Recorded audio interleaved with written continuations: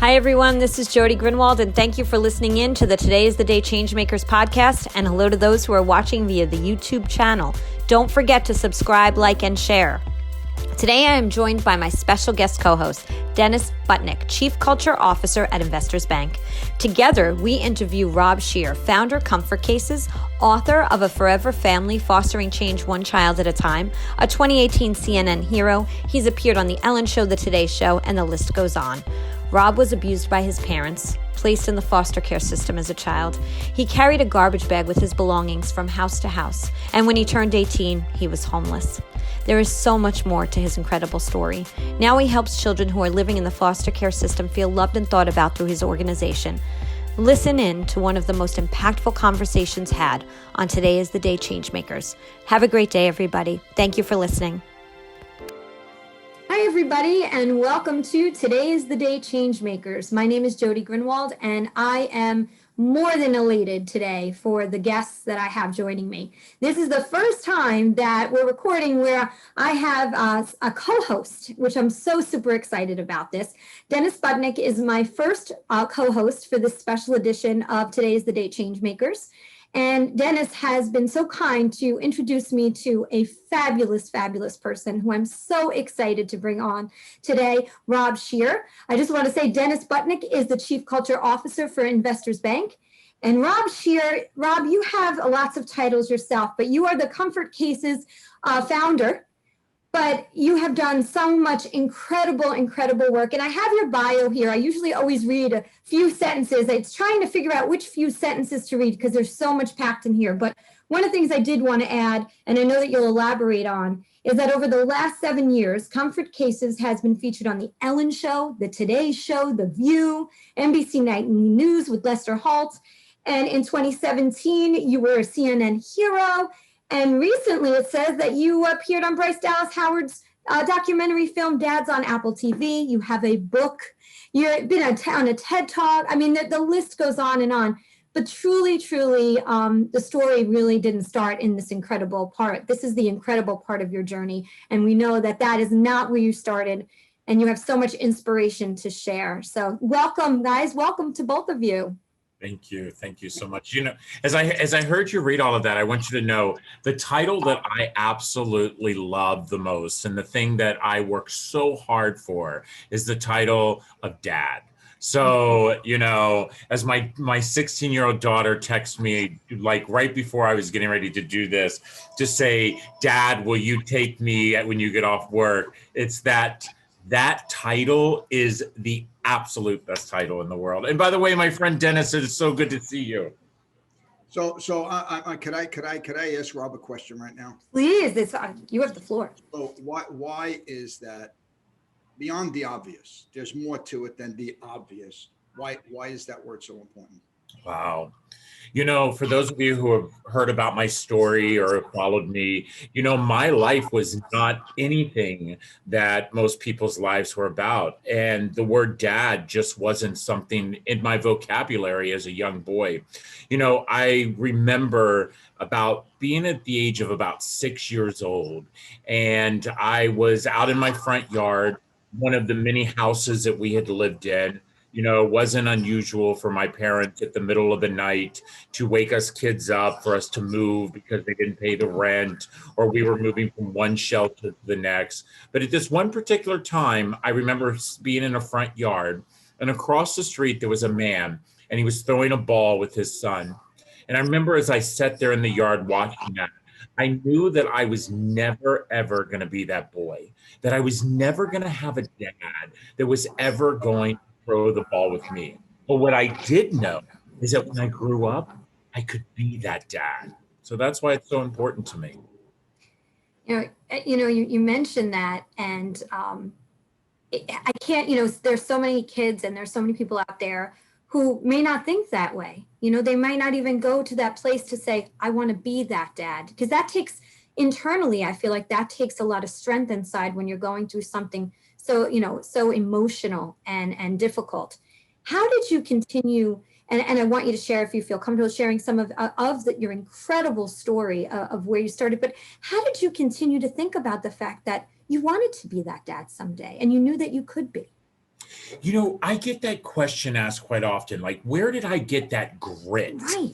Um, I'm the youngest of 10 children. And my mother had been married 6 times. We lived in and out of every shelter in Maryland, Virginia, and DC. And I watched my brothers and sisters as they would flounder to the wayside and become the statistics that we see so much today in our foster care system. But I also saw a mother who was dependent on drugs and alcohol and abusive relationships. And, I used to always say that my mother was a product of her environment, but that's not the truth. My mother was a product of choices that she made. And I had realized that at a young age, is that she had the choice to allow my bio father to hold the cold gun to our heads and click it and laugh and say, who's going to pee on them first? And she would laugh also. Or she had the choice to pick up her baby, which I was the baby, and look me in the eyes and say, I love you.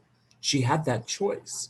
And so I knew at a very young age that I could make the right choice. And it wasn't always going to be easy. And I will tell you, I talk about this quite often as I go around the country and I tell my story, is that doing the right choice is not always the easy choice, but in the long run, it will let you know it's the correct choice. And take it from someone who I'm very open about the fact that I have mental, issues when it comes to depression. I have been in drug rehab as a young boy. I didn't always make the right choice, but there was something tapping me in the back of the head. And I'll have to tell you a story once. I was because people always say to me all the time, would you wake up and all of a sudden you knew what this was the way it was when you were so young? No, I was actually in my early 30s. I had started, I had been successful. I was one of these people that was able to go to work and keep it all inside. And at home, I would do as many drugs as I possibly could to numb the pain that I had inside of me. And I will never forget, it was my fourth suicide attempt. And I remember waking up in the hospital and I'd had my stomach pumped again because I had taken way too many pills. And I remember laying there and I looked up and I said, you know what? This isn't the way I'm supposed to go. This is the fourth time that I've tried to take my life. And this is the fourth time that you didn't allow me to. And I remember I went straight to rehab after that. And I stayed in rehab for about a month. And I left rehab. And the very first thing I did was I drove to my mother's grave. I had not been to my mother's grave since I was 12 years old. And I remember going up to the funeral home and asking exactly where she was laid.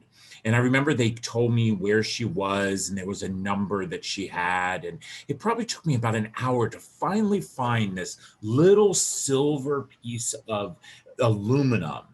And it had a number on it. And I knew that's where my mother had been buried because above her was my grandfather. And I remember I dropped on my knees and I looked down at that little piece of metal and I said, I forgive you. I forgive you. See, I was forgiving her for all that I had gone through, for the fact that she wasn't there to protect me as mothers should protect their children. I forgave my father for the cigarettes that he put out on my legs and all of the abuse that I had gone to, but I forgave them both. But then I informed them that I did not forgive them to free them. I forgave them to free me, to take the power back that each and every one of us have. And that was the moment that my life completely changed. And I think it is all about forgiveness. So, how long have you thought about that before you actually did it? Or was it just at that spontaneous moment in rehab? I had thought about them for quite a long time. And every time that I would, do something that I knew was not the correct thing, I would think about them. Every time that I would, do the drugs that I know I shouldn't be doing, I was like, God, I'm turning out just like them. And as I said, my brothers and sisters had already started falling to the wayside. I mean, I have brothers that are incarcerated, understanding that 64% of all inmates are actually from foster care. I have brothers and sisters that have died from drug overdoses. I have brothers and sisters that were teenage pregnancies. So a suicide. So there's only actually 4 of us left out of the 10. And so I just knew that, after that 4th suicide attempt, I just knew that my life deserved something better. And that moment of forgiveness also gave me the moment to realize that therapy was a good thing. And I fell into therapy like you would never believe. But I also fell into the fact of really starting to like me, liking who I was as a person. But Dennis, you've read my book, and you and I have been friends for a long time, and I've talked about this. I was embarrassed to tell anybody. I was so embarrassed to tell people, number one, that I had these issues. Number two, I was embarrassed to let anyone even know that I was from the foster care system, and much less to let people know that I carried a trash bag, because I was so worried, because I wasn't educated. I didn't have an opportunity to go to college. I didn't know the difference between there, and there. And I was worried the fact that people would absolutely judge me. And then I wouldn't be able to climb that corporate ladder that I was trying to climb so hard.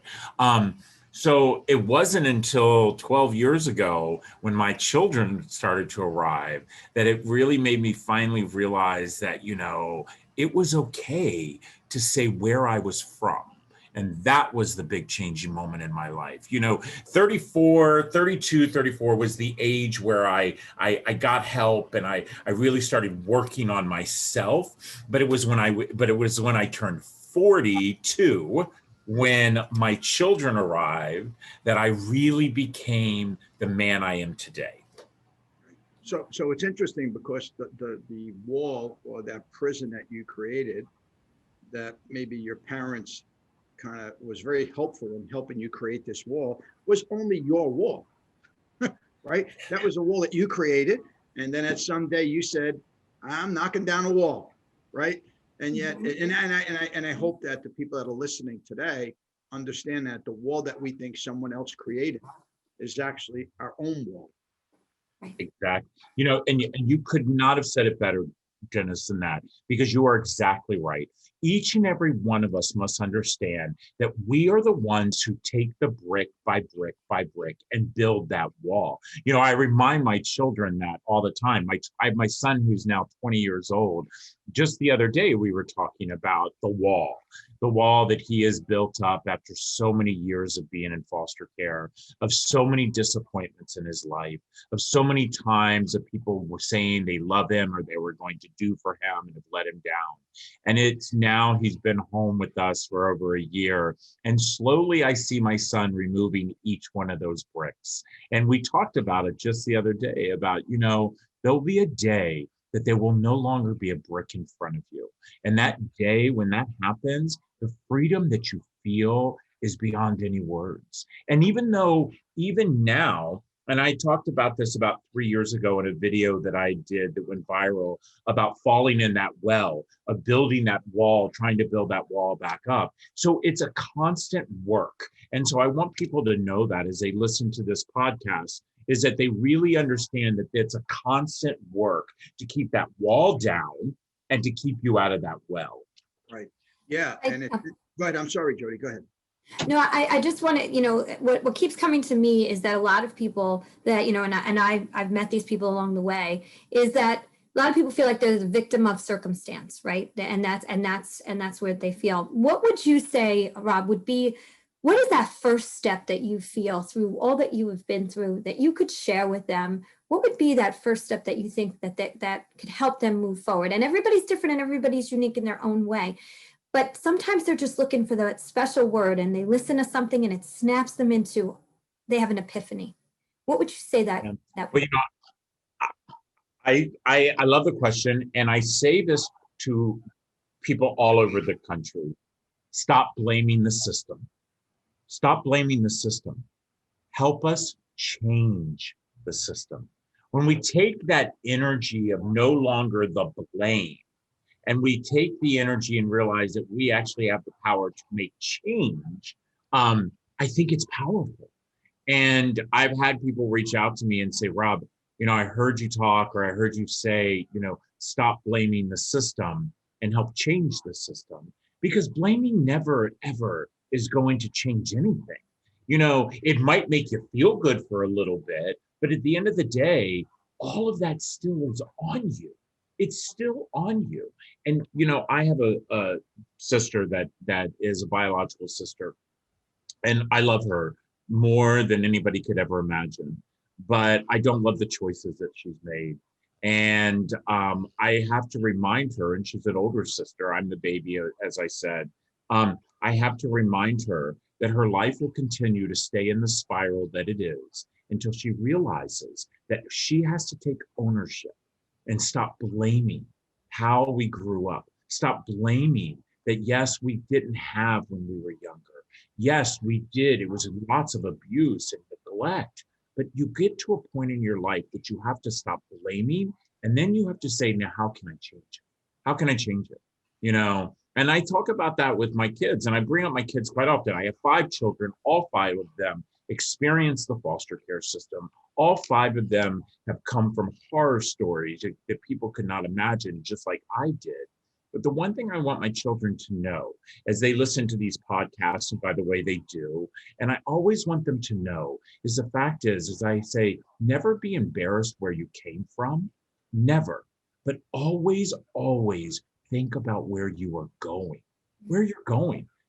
I talk quite often when I get into a car, you sit in that car, and that front window is huge. And that's because we always should be looking forward. And then our rearview mirror, it's really tiny. And reason for that is because very seldom should you look in the rear, and that's what we all have to do, is look forward to our future and not dwell on our past. And that's what I try to do, is not to dwell on my past. So Rob, I'm sitting here in the audience and I'm listening to this, and I'm saying, Rob is just like me, man. I've been abused. I've been unloved, right? I've been lied to. I've been disappointed with my childhood. And you're telling me, hey, you just gotta break that wall. You just gotta do this. And I'm saying, yeah, well, see, Rob is special. See, Rob Scheer is special. I'm not special. I've been convinced that I'm worthless. You see, so but Rob always knew he was special, and that's, I'm just not like that. So what do you tell someone that says, I just don't have what you have, Rob? First of all, each and every one of us have the same exact thing. Whether we are white, whether we are black, whether we're rich, poor, male or female, we all have the same thing. It's whether or not how bad we want it. There are many, many days, even today, that I don't feel that I'm worthy. How did I deserve all of this? Why would I deserve all of this? But I will say, the first step is to understand that it's okay to feel the way we feel, but then do what I have done. And by the way, I'm proud of it. Lots of therapy, lots of falling down, because by the way, you fall down, but you can all stand up.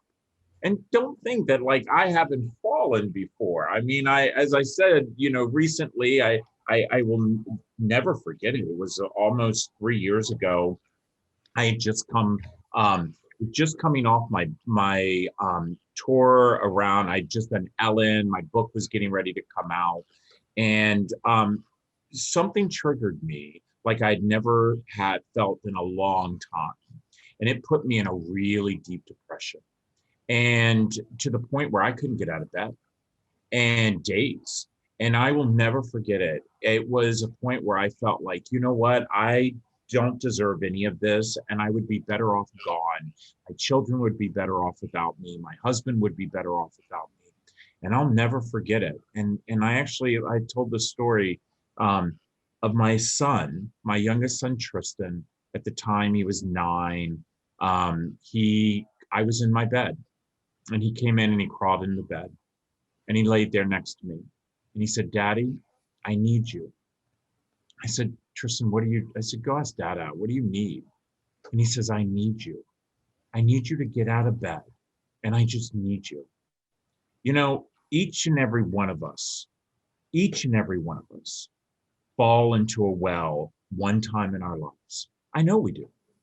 And the problem is that the well is so dark that you cannot see the rope that someone is throwing you. Tristan threw me that rope and I grabbed it and I pulled on it. And my son pulled me out of that well that I remember years and years before falling in before. And so every day I have to remind myself that I am worthy, that I am loved, and that I do deserve to be where I'm at today. And even though there are days I don't feel it, I remind myself. So I would tell each and every person, say it, because the more you say it, the more you will believe it. And then if you're in that well, look around because the rope is there. The rope is there. You just have to reach out for it. You know, it's interesting. You point out a very important principle. You find what you're looking for. And if you're not looking for the rope, you'll never see it. So you have to make a decision. I'm going to start searching for that rope. Yeah.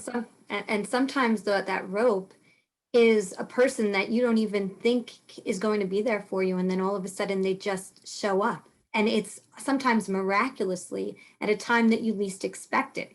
I'm a big proponent for mentorship and looking for those who will support and help and guide you, but they won't do that if you don't ask.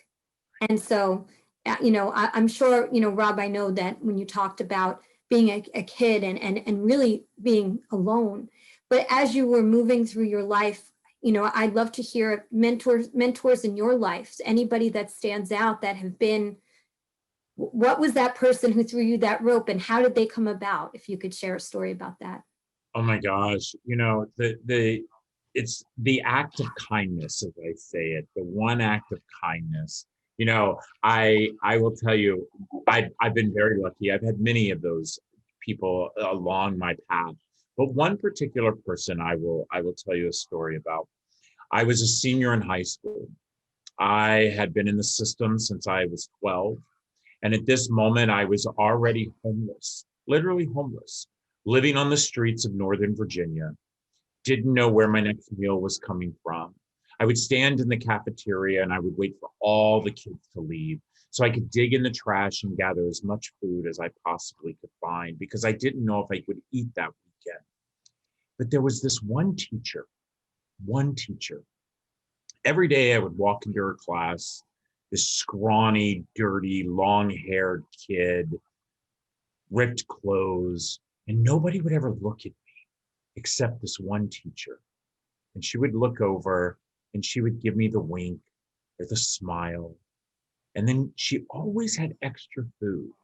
And she would keep me after class and say, I packed too much of my lunch and, I'm here. Well, it was May of 1985. I was barely making it. I didn't really even think that I was going to be able to graduate because I was scrawny and I just didn't have the energy. And I remember sitting in Mrs. Brown's English class, and all of a sudden they called my name over the loudspeaker, and my heart dropped. I thought, gosh, for once, someone's going to recognize me and say, we're sorry. You're homeless and we've done nothing. As a community, we failed you. But instead, I walked into the principal's office and Mr. Thompson said, Robert, you're going on the senior trip. I looked at him and I said, no, sir, I couldn't pay for the senior trip. See, it was a one-way bus ticket, round-trip bus ticket on Greyhound, one night in a hotel in New York City. There was no way I could afford that. I was homeless. And he said, someone paid for your trip. And then he handed me an envelope and he says, and they left this money for you. It was $75. Back in 1985, making $3.35 an hour is minimum wage. That was a lot of money. But that one act of kindness got me over the hump to be able to graduate. Fast forward, I'm in my 50s. My book comes out. I write in my book about this one particular teacher, who, by the way, I had found out who she was, and about how this one teacher, because of her act of kindness, got me to where I was at that moment in my life. And I go back to my hometown that I had not been back to since I was 18. But I went back. I remember pulling up at the Barnes and Noble. I was with my husband and my children, and even my biological sister came into town for this book signing. And there were so many people in line. And I was like, to my sister and to my husband, what are all these people doing here? What's going on here? And he says, they're here to get their book signed by you. And I was like, what? And so I walk into the bookstore and I sit down at the table and I start signing books. And people are asking, do you remember me? I went to school with you. I went to church with you. And I'm just signing away. And all of a sudden, I heard a woman say, Robert, I always knew that you would amount to something. And I looked up, and there was Mrs. Bowley, my teacher, in her 70s, frail. And I cried. And she cried. I hugged her. I said, thank you. You saved my life. And she said, no, I didn't save your life. I believed in you. That is what I call an act of kindness. Yeah. That's amazing, right? Wow. And we call that an amazing story, but it's just one act that turns into an amazing story. You know, how many stories we can create just by showing act of kindness, you know, through the week. Yeah, through the week. I always say the 5, do the 5. I say this all the time. I say it in staff meetings. I say it to my kids. I say it anywhere I can go. Do the 5. Let me tell you what the 5 is. Yes. 5's acts of kindness to people that you do not know. And those acts of kindness can be as simple as holding the door for someone. The act of kindness of smiling at a stranger, because it could be the only smile they ever received that week. Or how about when you pull up to a stop sign or a stoplight and you see that human standing there with a sign, and maybe that day you don't have any money. Maybe that day you don't carry the backpack that we carry in our cars. But guess what you can do? Look at them, smile at them, acknowledge the fact that they are a human and they deserve to be loved. That's acts of kindness. Yeah. And memorable. And that's the key, is you don't know what that smile means to someone. You know, I'm sure this has happened to you. I know it's happened to me. Somebody has paid for you before you, right? At a restaurant, you know, getting a cup of coffee or at the toll booth. And then you try to do the same thing for them. You have no idea who behind you needed that. You're exactly right. They might have been scrounging together those pennies to pay for that cup of coffee that they really wanted, or they were having just a really bad day, and you just changed the entire feeling for the day for them. I don't think we talk enough about kindness, to be honest with you, in this world. You know, that's my personal opinion on it, because I feel like, you know, Dennis has been such an important person in my life. He has totally shown up, and when people show up, it makes such a difference when you have that person to bounce ideas and thoughts off of. And I think that you know, your story is incredible, but the messaging that you are giving to people through every piece of it, I mean, you're creating this kindness wave. And I think that's just, you really are across the country. Well, you know, I say this quite often. I believe that each and every one of us are pebbles. And if you could just imagine if each and every one of us jumped in the water at the same time, the wave we could create would be unbelievable. And I do believe in change. And I believe that we all can be part of change. And I also believe that each and every one of us are doers. We're doers. Some of us, it's harder to find that, but we all are doers. And that is the reason that the world goes around, is because of doers. People that don't stand on the sidelines, but get in the game and play. You know, I hope that my kids see that quite often. And I know they do. You know, we have a young girl, Jessica just turned 21, but she lives in Kenya. And when Jessica was about 12 years old, my kids had just arrived. And we decided that we not only were going to adopt 4 kids out of the system at the time, but we were going to help a young girl get through school in Kenya. And so we met this young girl through through a Mothers Fighting for Other organization. And the reason I'm bringing this up is that the other day, Jessica reached out to us. She's now a junior at the University of Kenya.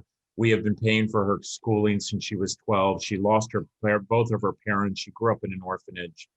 But she had reached out and did a FaceTime with my kids, because she reaches out to her siblings, she calls them all the time. And she was telling me about how she was not able to get the internet at the university she was at because it costs $12 a month.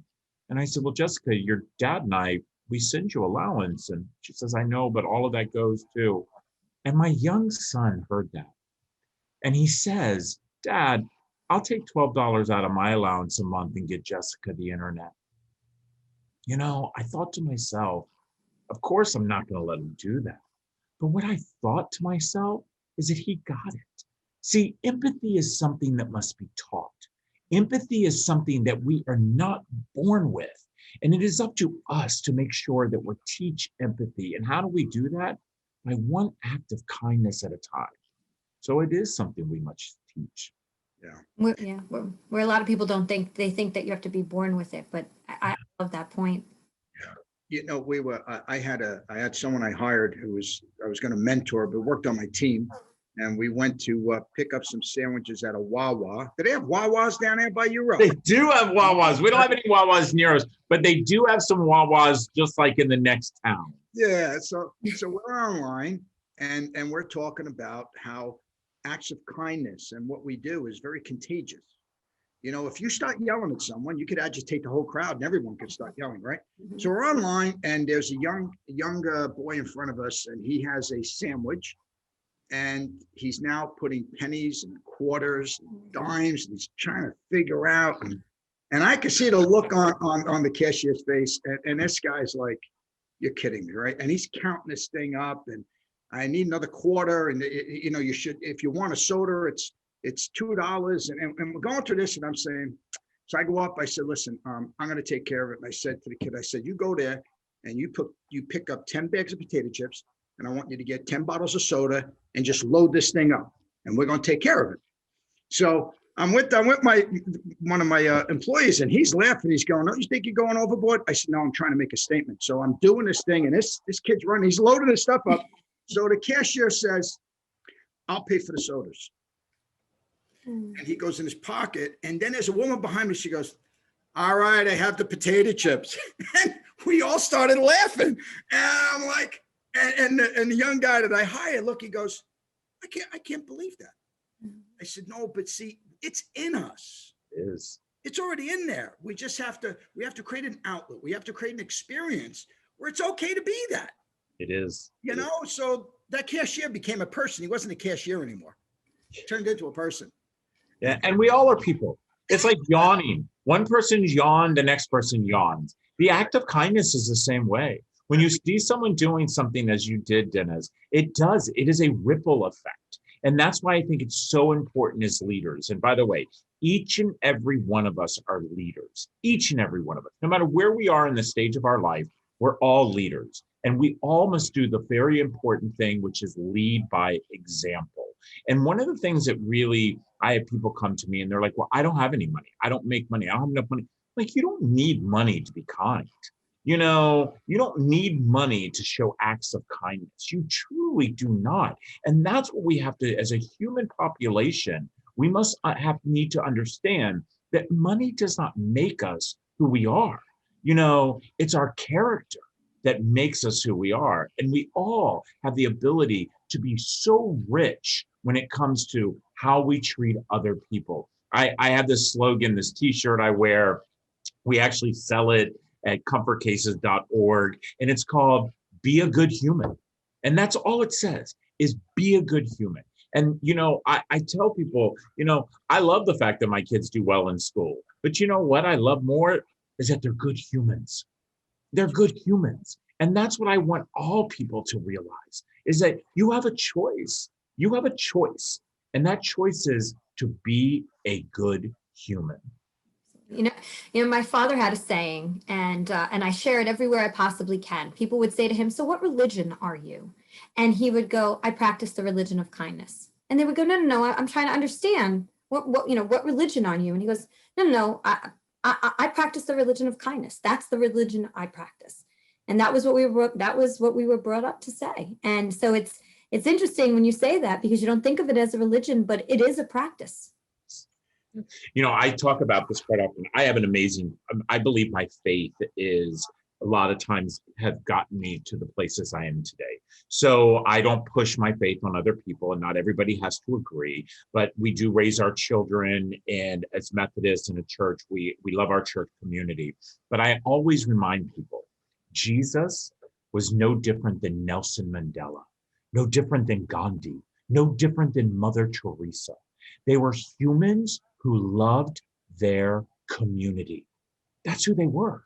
Humans who loved their community, and they did acts of kindness to help their community.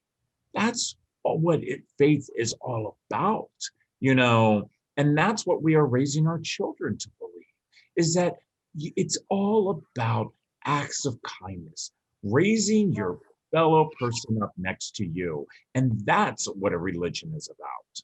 Yeah, and it's really unfortunate that people have lost their faith in faith. How it's like, nah. I look around the world, waste of time. It's a waste of time. Can't fix this. I don't have faith anymore. How could we live in such a bad world? And yet you bring it down to, well, we have a lot of people making bad choices. Yeah, and you're exactly right. And the fact is that then it becomes the blame game. Let me tell you, I just today I was in our national center here in Rockville, Maryland. And as I went into the other side where we pack our cases, there were a room full of missionaries from the Jesus Christ of Latter-day Saint Church. We get them come into the center quite often because they're not able to be out and about, but they come here and pack cases. And as I stood there and talked to these elders, a group of young men, I was talking about my family. I actually grew up as a Mormon, and I was talking about my family, and I was talking about my husband, which is something that the church does not allow. But these elders looked at me and said, Rob, you're one of the coolest humans that we've ever met. And they didn't look at me as this guy who was married to same sex. They looked at me as a human. And what that does to me and for my faith is to do exactly what we all should do. And again, I'm not telling you what to believe, but what I'm telling you is if you find that inner core, that spark, that faith, that hope, it can bring so much around to each and every one of us. And I think I agree with you, Dennis. We've lost that. And also we've been embarrassed to talk about it. And by the way, I'm not embarrassed to talk about it. I'm not embarrassed to talk about it at all. I absolutely love my Heavenly Father. And, I don't have any problems whatsoever telling people about my faith. Now, I will remind people that the Bible was written by a man. And let's not forget that. And so I'm not going to explain to my children that all those animals got on an ark, but I do explain to them that Jesus loved us, just like Nelson Mandela, Gandhi, Mother Teresa, Martin Luther King, and so many other amazing humans within our world. Absolutely. So could Jody, can I go back a little bit in time? Yes, please do. So Rob, when I hear your story, and I've heard your story, every time we get together, I'll put you in front of an audience and you tell your story. And I always learn a little bit more. And so, it's a roller coaster of emotions, right? I don't like your story. There's parts of it I don't like. So if you played a movie, I wouldn't like that part. I wouldn't like the characters in it either, right? And then there's other parts that are like, all right, you got through this, right? And then there's another part that's full of joy and love. And so it's this mishmash of emotions. Like, I hate it, I love it, it's encouraging, it's discouraging, it's all these things. It's hard to find someone that could give you all these emotions in this story. And the story's not ended yet, right? So there's more emotions to come, right? Just hold on to your seat because we're going for another ride, right? So you're on the next ride. But, when we look back, that part of the story that I don't like, when we look back, there are still these little slivers of, wow, that was really cool. In the middle of this really negative part, you found a way to kind of navigate this. And I think that's important for the listeners to see that you might be in the middle of the mud, but just one act or two acts could get you out. And I'm thinking about when you, and if you're not, if you don't want to talk about the resume story, I just think oh my God. is just the coolest story, right? And but it bounces off of a tragic story of being asked to leave the Navy, right? So could you kind of put this together from going into the Navy and then being asked to leave the Navy and then the library? Wow. Well, first of all, I love the fact, Dennis, you and I have been friends for years, and I am so lucky that I get to call you my friend and that you have listened to my story many, many times. Gosh, the resume story. What another time where an act of kindness. So, when I graduated from high school. Right. Yeah. Yeah. When I graduated from high school. Something happened before graduation. Yeah. So I will never forget when it was time to graduate and they lined all of us up. Every single person was lined up and put on the caps and gowns. And for once I had made it. Oh my gosh, I was going to be a high school graduate. First one in my family.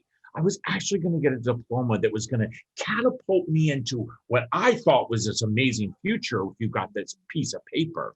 And so they lined everybody up and they started calling off names and people started crossing the stadium and people were screaming and shouting and yelling. And all of a sudden they called my name. Yeah, silence, nothing. It was so unbelievably hurtful because what it did, it reinstated in me is that my community did not love me. It had stated in me that I was invisible and I was disposable. And I walked off the stage. I didn't even walk back to my seat. I left the auditorium. I went back to the very back parking lot. I sat on the curb and I really cried for the first time. I cried for my mother, who I missed, no matter how bad she was. I cried for my dad. I wanted that cigarette out on my leg again, just because I wanted him to be there. I cried for my foster parents who had given up on me, all because of a check. And then I cried for all of you, my community that had failed me. And so for several weeks, I walked the streets, trying to figure out what was I going to do. And I decided at that moment, I was going to join the United States Navy. And I always remind people, I wasn't joining that Navy to protect any of you. I was joining it because I was hungry, I was scared, and I needed a place to go. I went to Fort Meade, Maryland, to the naval base, and I went to the front gate, and I told the gentleman there, I want to join the Navy. And he said, son, it doesn't work like that. You have to go get a recruiter, take an ASVAB test. And then I was like, okay. So I did all of those steps, took several weeks. Finally got sworn into the United States Navy. Got on my very first plane, flew to Great Lakes, Illinois, and I started boot camp. Wow, boot camp. I loved it. I loved the structure. I loved the fact that people really talked to you and they yelled at you, but I loved it. But guess what? I excelled. I excelled like I had never thought I possibly could. See, the one thing is, the day before that I got on that airplane in Dulles, Virginia, to go fly to Great Lakes, Illinois, I told myself, Robert, you will never talk about your past to anyone, and you will become a new person as of today. So when I went in the Navy, that's what I felt. I was a new person. And I ended up graduating what they call an honor man. And I'm so proud of that. And the fact is that I tell my kids about it quite often because it's the one person in the Navy, in your division and company, that everybody votes for. And there's about 300 and some recruits. They all vote for one person. that stood out behind everybody else during those 12 weeks of boot camp. And guess what? They voted for me. For me. I was the actual chosen to be the honor man. I was going to be pinned by all of these people because they recognized me. When they called my name of the day of graduation of boot camp, they screamed and yelled and clapped for me. I couldn't believe it. And off I went to my A school. I wanted to be a yeoman. I was really good at filing and typing, and I loved numbers, and I loved paperwork. And so I decided to be a yeoman. And so what I did was I went to my A school, and I was about 3 weeks into my A school. And the next thing you know, I woke up in a hospital. I remember the nurse coming in and saying, I said, "Why am I here?" And she said, "Seaman recruit, do you not know what happened?" I said, "No, ma'am." She said, "Your bladder ruptured and we had to fix it." I said, "What?" And she said, "Yeah. See, when I was a little boy, the act of control that my biological father did was horrific. And every time I would go to the bathroom, he would punch me in my bladder. And every time I would go to the bathroom, he would punch me in my bladder, just like he did to my brothers and my sisters. And so after 12 years of that constant punching in my bladder, I psychologically had damaged myself to where I was scared to go to the bathroom. And so I'd hold my urine as much as I could until finally, my body couldn't take it anymore and it ruptured. And so the Navy fixed me, put me back together, put me up in a hotel for 2 weeks for convalescent leave. And then I went back to Great Lakes, back to my A school. I walked into Petty Officer Green's office to see if I was to repeat the 3 weeks that I had started because I'd already missed 3 weeks. And there he stood with a yellow envelope. I could tell. See, I told Petty Officer Green my story. He knew where I was heading, and he knew that wasn't going to be a good place. And he said, "I'm sorry, but the Navy is discharging you. We're giving you a medical discharge. And by the way, you missed it by a week of being paid for the rest of your life. So here is 1 month pay, and here is a one-way plane ticket to Dulles, Virginia." God, where was I going to go? I jumped on the plane. I flew to Dulles Airport. I hitchhiked to a small little town called Gore, Virginia, and I rented a hotel by the week.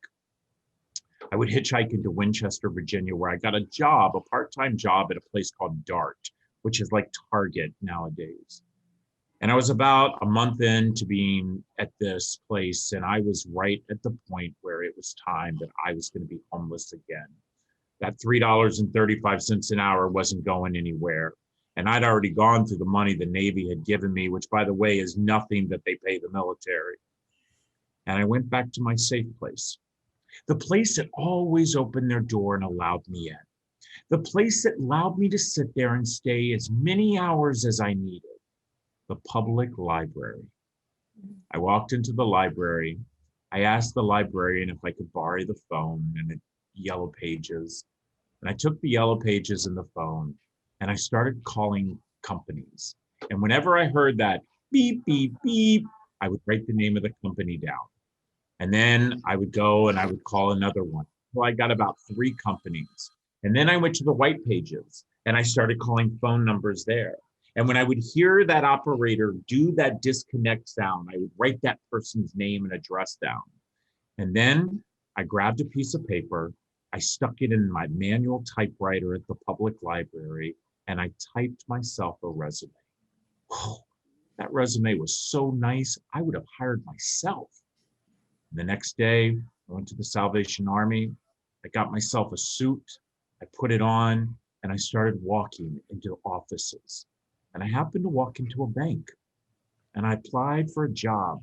My palms were sweating so bad because I swear they were going to find out that that piece of paper was a lie, and I was going to go to jail. That was what my fear was.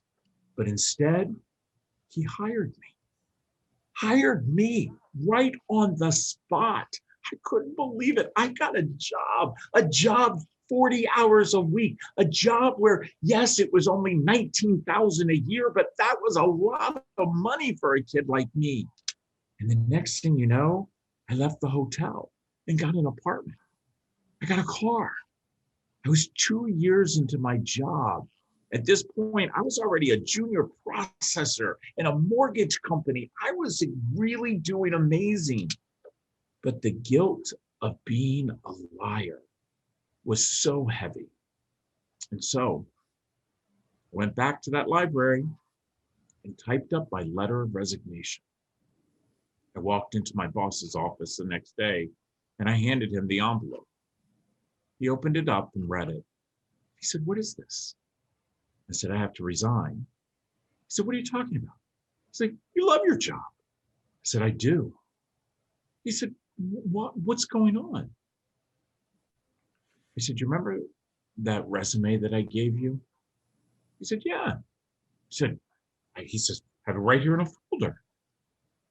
I said, "It was all lies. I never worked for those companies. I don't even know those people." And then I told him my story. The fact that I was so scared that I was going to end up homeless again and amount to nothing, that I had to put all of that on the line just to get a job. He looked at me and he said, "You know what, Robert?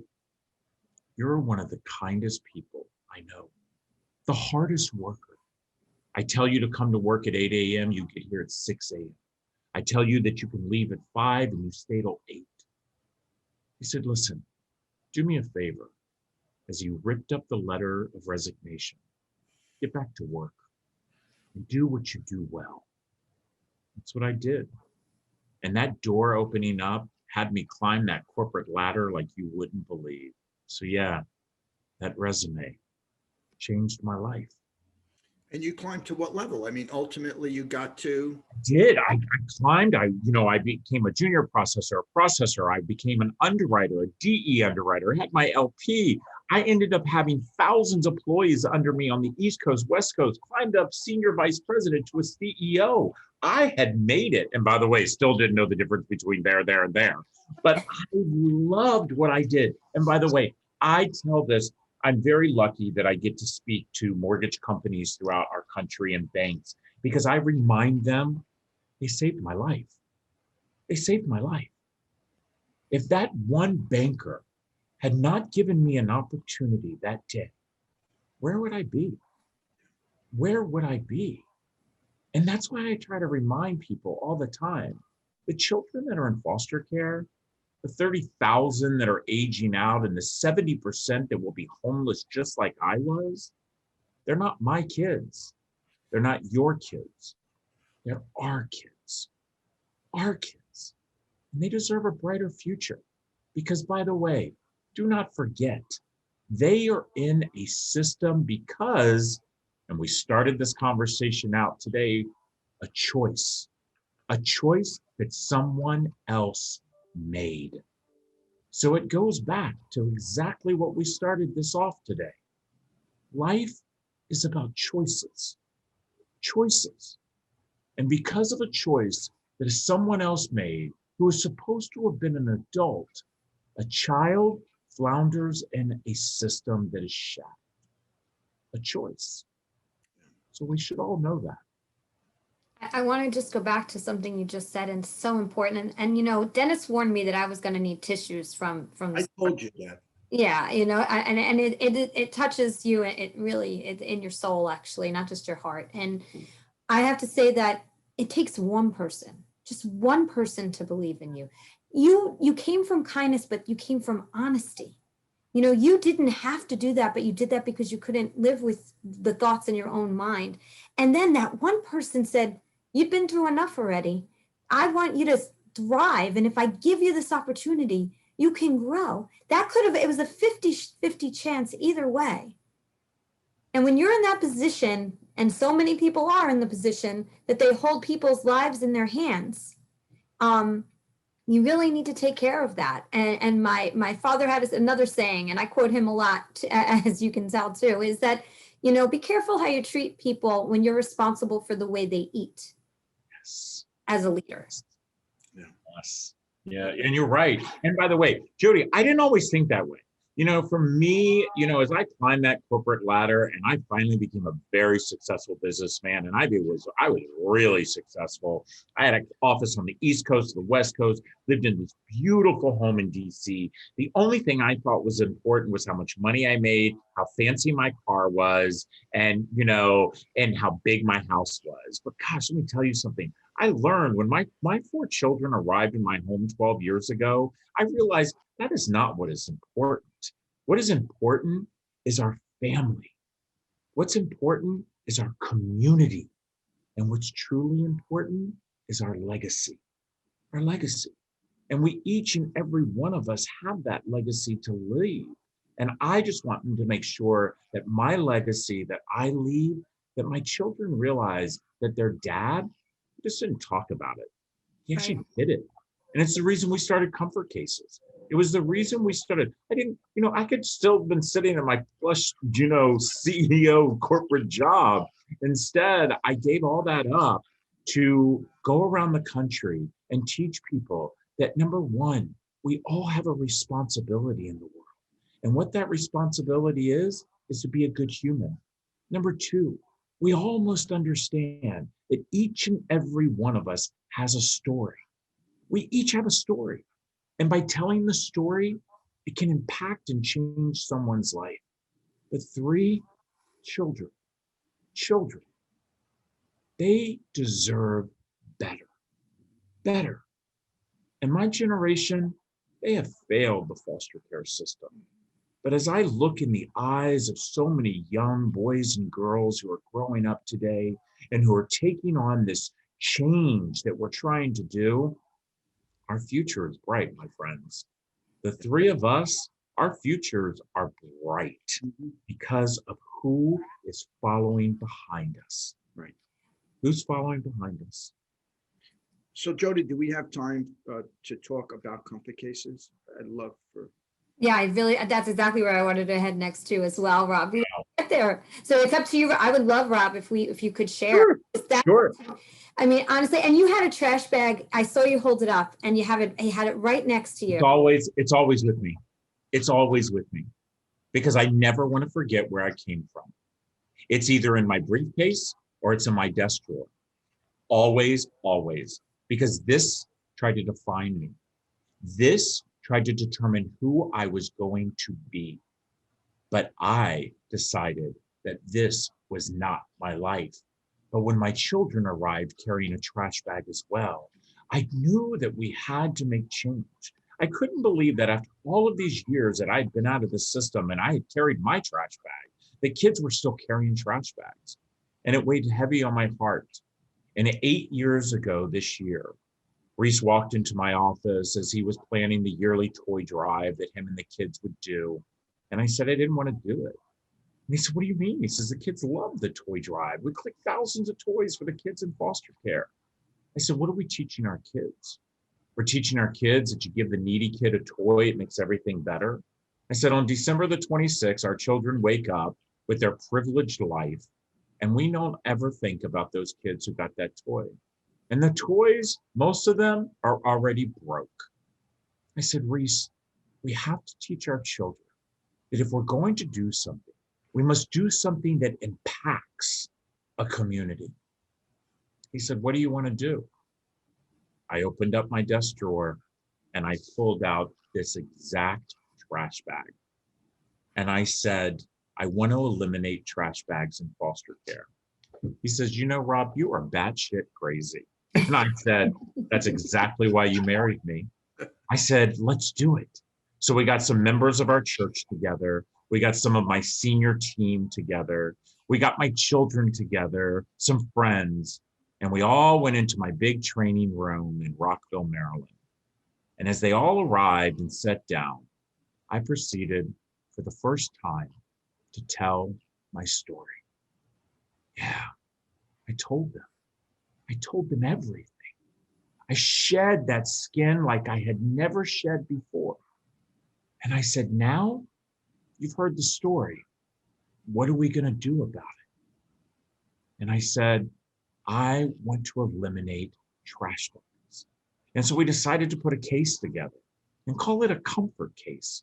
We wanted to make sure that every child got their own brand new pair of pajamas with a tag, their own lotion, their own shampoo, their own conditioner, and their own bar of soap. And if your listeners cannot understand how important a bar of soap is, the next time they go to a hotel, ask them to leave the bar of soap from the people before them, the strangers.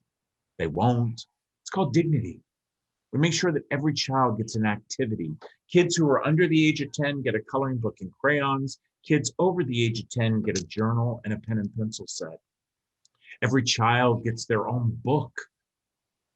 Make sure that every child gets their own stuffy, because everybody loves a good stuffed animal. And then finally, every kid gets a blanket. See, my son Grayson was 6 years old when we packed our first case. He said, "Daddy, we need to make sure that every kid gets a blankie." I said, "A blankie?" I said, "Grayson, you do know that these kids are not cold." He said, "I know, Daddy, but every time they wrap themselves up in their blankie, they know we love them." Wow. Isn't that what we all want? We all want to be loved. We all want to know we matter. We all want to know that we're not disposable or invisible. So what led to something that we were going to pack a couple of hundred cases for some DC kids in foster care? We have now delivered over 120,000 cases in all 50 states, DC and Puerto Rico. And we have done this with the biggest corporation in the world. You, our human race. See, we must understand that your community, it is not your zip code, my friends. It is not your zip code. It's our human race. And we have brought our community together to make change. And we're not stopping because of amazing companies like Investors Bank that have stepped up and said, we want to be a part of this. Other corporations, Sesame Street, who have said, whoa, wait a minute, what do you mean kids carry trash bags? See, I truly do believe if you educate your community, they will bring change about. And that's what we're doing at Comfort Cases. So visit comfortcases.org. Find out how you can impact your community. Find out how that you can make a difference in a child who's in a system because of a choice that someone else made. But find out how you can help us eliminate this, a trash bag. Rob, someone could go in and make a one-time donation from the heart, but they could also go in and say, hey, just take out $20 a month out of my account and help it out. So you have that arrangement where it could be a monthly. You could be a bag buster. We call it a bag buster for just $10 a month. Come on, we go to that overpriced coffee shop and spend that kind of money. For just $10 a month, you could actually remove a trash bag away from a child in foster care. $10 a month. Just think of what you did if you gave 20. Yeah. I remind people all the time, we are a 96% volunteer ran charity. 96% volunteer ran. For us to have done 120,000 cases in 50 states, DC and Puerto Rico, and we're 96% volunteer, we got to be doing something right. Absolutely. And why we're doing it? Because people like you give. You give. And you know that your dollar is going to make change. Just go to our website and read the letters. They're heartbreaking. Yeah. I remember the little girl that I gave a case to. Never forget it. She started opening up, pulling things out, and I sat on the floor next to her, and she's teary-eyed. She said, why did they do this? I said, what do you mean? She says, why did they give me this stuff? I said, because they love you. And she says, but they don't know me. And I looked in this girl's eyes, and I said, sweetie, you don't have to know someone to love them. We all should love each other. And she'll remember that forever. And you have no idea how that can change her whole world, just those words. It's incredible what you've done. And, it through the foundation that I run, we have kids that are in the foster care system, and we see what it's like and what it's about. And we want to be there to support. And as we grow, as we've talked about, we want to be there to support any way that we possibly can. And I just want to make sure that those listening think about how you can make a difference and how you can support, and how small or large. I don't know. Do you also take donations of items if people? Oh, of course. Okay. You better believe it. Of course. Let me tell you something. We have amazing partners like Investors Bank, who have drop-off centers where people can drop off their, I talk about this quite often. For some reason, as humans, we have it in our DNA to go to hotels and take the lotion, shampoo, and the conditioners and the bar soap, and we bring them home and we put them in a drawer and we forget about them. I tell people all the time, clean those drawers out and give us those, because they are perfect sizes for our comfort cases. And again, you can find drop-off places all over. And there's the box where they can, for just $15, no matter how big or how little, you can fill that box for just $15, and FedEx and Amazon pay for it to send it to us. Yeah. We could you share a little bit about corporate packing party? Yeah. Oh my gosh. We had 2 planned last year, but because of the pandemic, we had to put them off to this year. But what a great employee shared experience. So share a little bit about that. Oh, thank you, Dennis. I love the fact, first of all, let me tell you something. As I said before, we're all leaders and corporations need to step up. And the one thing I have to tell you is that we've been really lucky. Investors Bank was actually one of our first corporate sponsors, where they truly have stepped up every single year and have supported comfort cases. And because of their support, we have actually been able to take money and put it in other states that needed it, because Investors Bank has really helped us cover the state of New Jersey. But one of the things that they do each year is they do what we call a corporate packing party. So they literally raise enough money and they raise enough items where we bring it all into what location they want. And we all come together, employees and their families, and we pack cases. We literally pack the cases right there. And guess what's so exciting? Child and family service agencies, they come and pick the cases up. So they stay right there. It is something that we do all over the country. We absolutely love this idea. And what it does is it brings communities together to show them that they can make change. They can make change. And just watching these kids, because we have no age restrictions, watching these 2 and 3 and 4-year-olds carrying these backpacks around and putting all the new items in, let me tell you something. I say this, makes my heart smile. And if you know what it's like to have your heart smile, there's nothing better. So we were doing a program in Pennsylvania for Pennsylvania banks, and I shared your story, and everybody wanted to meet you. Remember, we did the conference call, and then I think a couple of banks said, well, we're gonna do packing parties, and they just took it upon themselves. I mean, it's such a story that, as a community of people, we need to participate in that, because it brings joy in our lives. And it lets us know that life is about being generous, not being self-centered and selfish. And I think that it's more than just a comfort case, what you're bringing to humanity. You're waking people up and say, hey, wake up and care for each other. So I think the message is so much bigger than comfort cases. That's just the physical side of it. But there's this spiritual side of it that is universal. So I just look forward to where you're going to be in 2 years. And when you come back on Jody's podcast and say, yes. So here's where we are 2 years later. Well, Jody, don't forget, you and Dennis have to come on my podcast, Fostering Change. So, Would love to. Perfect. Totally. Well, listen, we would absolutely love to. Thank you. Thank you for this amazing platform. Jody, thank you for all that you do.